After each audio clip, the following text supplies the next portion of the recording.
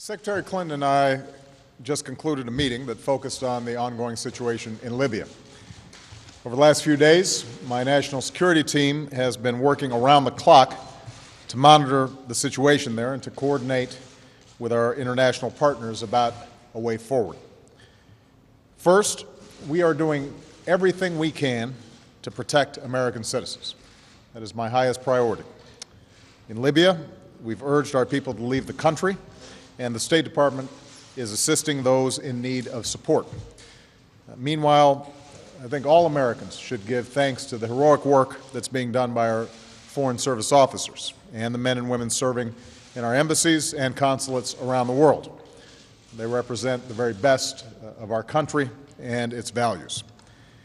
Now, throughout this period of unrest and upheaval across the region, the United States has maintained a set of core principles which guide our approach. These principles apply to the situation in Libya. As I said last week, we strongly condemn the use of violence in Libya. The American people extend our deepest condolences to the families and loved ones of all who've been killed and injured. The suffering and bloodshed is outrageous, and it is unacceptable. So are threats and orders to shoot peaceful protesters and further punish the people of Libya. These actions violate international norms and every standard of common decency. This violence must stop. The United States also strongly supports the universal rights of the Libyan people. That includes the rights of peaceful assembly, free speech, and the ability of the Libyan people to determine their own destiny. These are human rights. They are not negotiable. They must be respected in every country, and they cannot be denied through violence or suppression.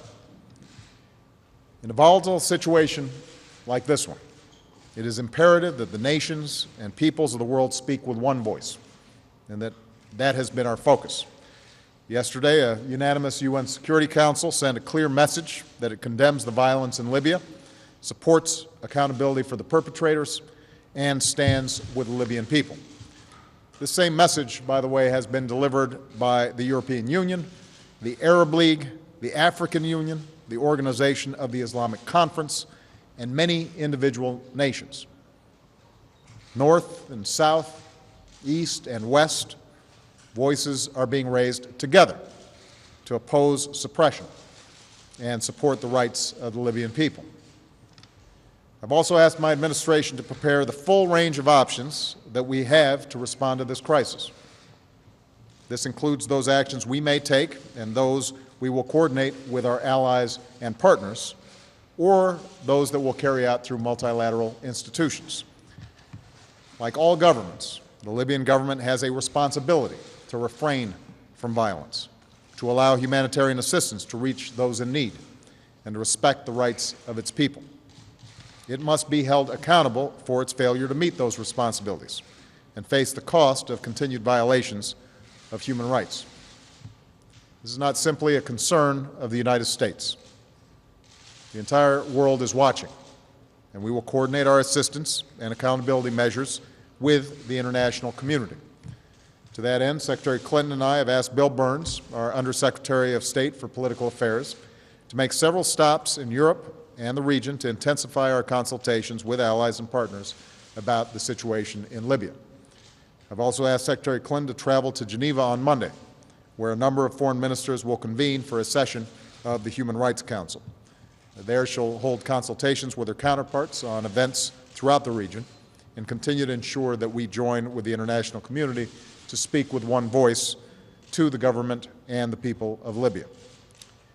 And even as we are focused on the urgent situation in Libya, let me just say that our efforts continue to address the events taking place elsewhere, including how the international community can most effectively support the peaceful transition to democracy in both Tunisia and in Egypt. So let me be clear. The change that is taking place across the region is being driven by the people of the region. This change doesn't represent the work of the United States or any foreign power. It represents the aspirations of people who are seeking a better life. As one Libyan said, we just want to be able to live like human beings. We just want to be able to live like human beings. It is the most basic of aspirations that is driving this change. And throughout this time of transition, the United States will continue to stand up for freedom, stand up for justice, and stand up for the dignity of all people. Thank you very much.